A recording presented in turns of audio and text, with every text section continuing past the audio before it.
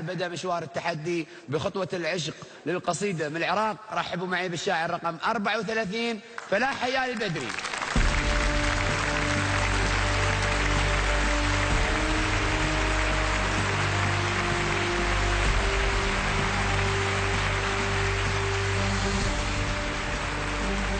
عمار يا صرح بنوها ذيابه، سموه شاطي راحته النفسية، عليها ابو خالد مضر حسابه، مدات كفه للعدب مرهية، 6 مواسم فاتحين ابوابه، من جاي يشارك ما يبي جاهية، واللي يقول الشعر طوى كتابه، واللي يقول الشعر طوى كتابه، يسمع من اللي لابته بدرية، ان سامروه بسامري غنابه،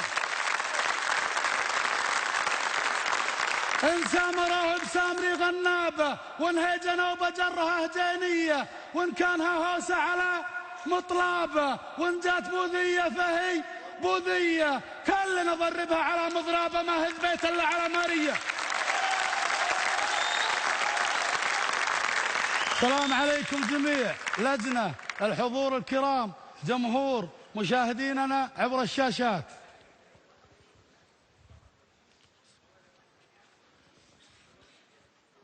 أنا لشحت الفكرة على منبر عظيم إعلام، سريت بعتمة الوضع المضارع منتقي منه، إذا ما طلت لي رقم يجملني مع الأرقام، فلا خير بصدى صوت نسمع الناس يصغنا. إلهي إلهي حال واقعنا شكا دوامت الأوهام، وشملك غير جزلة القوى في كود يرثنا.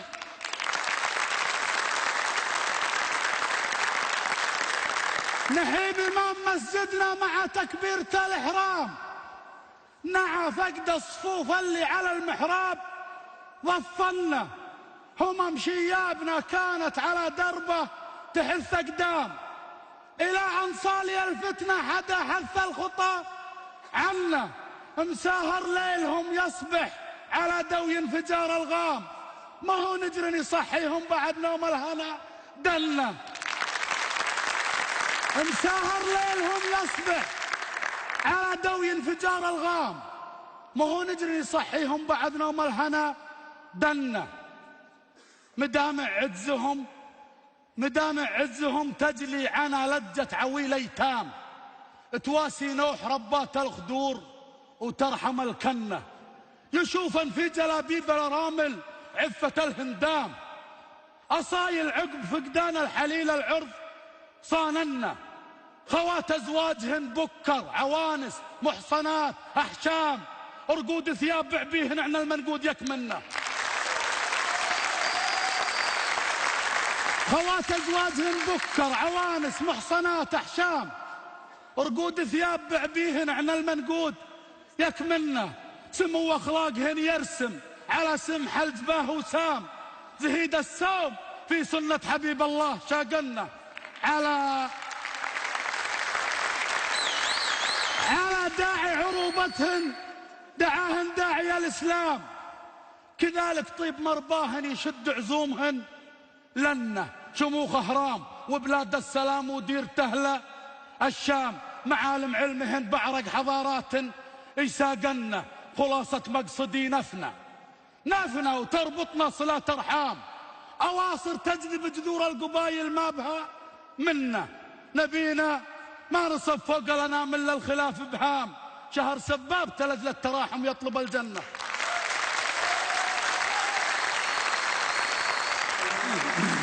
شكرا يا خالد. طبعا هنا في كما قلت انت في البيت الاول انه انت اخترت من ايش؟ من الزمان المضارع. نعم. ايش يعني المضارع يا؟ انا اقصد وضعنا الراهن في العراق يعني. نعم. هذه قصة المسجد. لا انا مش عاوز القصة، انا سألتك سؤال محدد. نعم. يعني المضارع قلت لي الراهن يعني الحاضر. الوضع الراهن في العراق الحاضر كما هو في الشام. لا بس أنا حبيت أوضح لك أنه كلمة المضارع لا تعني الحاضر، كلمة المضارع تعني المشابه المقارب، ولذلك نحن نتضرع إلى الله بمعنى نتقرب إليه. فكلمة المضارع لا تعني الحاضر أبدا. كلمة المضارع لما سمي بها الفعل المضارع لأنه يشبه الاسم في أنه معرب يقبل الفتحة والضمة، وليس لأنه كلمة المضارع معناها الحاضر. طيب ليش سموه دكتور لو سمحت؟ قلت لك أنا ليش. يعني كلغة لو سمحت ماضي مضارع مستقبل. يا سيدي نعيدها مرة ثانية. ماضي مضارع مستقبل. الماضي ذهب وانتهى مضى.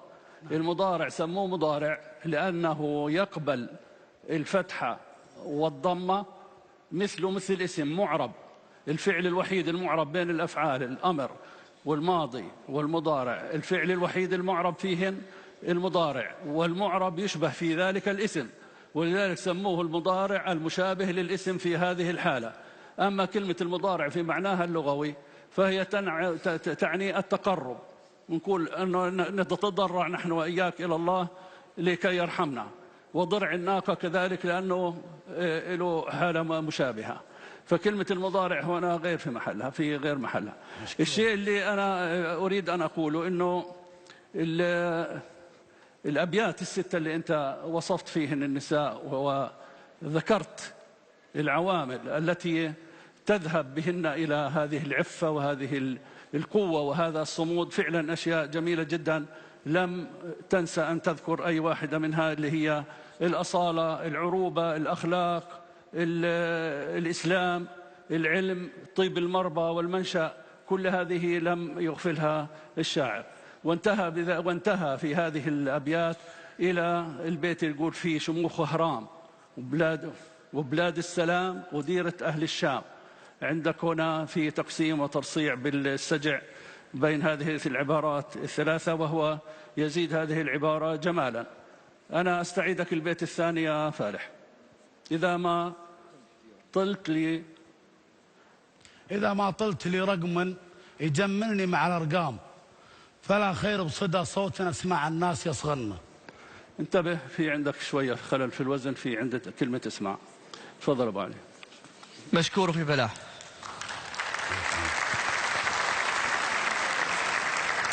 هو البيت اللي أشار للدكتور شطر ثاني، فلا خير بصدى صوت أسمع الناس يصغرنا. بصدى صوت سماع الناس، أعتقد أن أكثر سلاسة في الوزن. فلا خير بصدى صوت سماع الناس، كوزن هنا أكثر سلاسة يصير. أنت توقف بصوت أسماع الناس، لا هنا صار في عندك حرف زيادة. القصيدة بشكل عام جميلة. أنت يوم سألت الدكتور عن المضارع رجعتنا يا رجال حصص النحو واللغة العربية. نحن يعني الحين عدت لنا ذكريات، نحن نبغي ننساها شوية. والله يا أستاذ أنا لو دارس اللي درسه الدكتور كان ما جبته. شو اسوي؟ حضورك جميل. موضوع القصيدة مهم، وما أعتقد أن تطرق شاعر من قبل في المسابقة إلى مثل هذا الموضوع عن المرأة في مثل هذه الحالات اللي نسأل الله أن يفك أزمة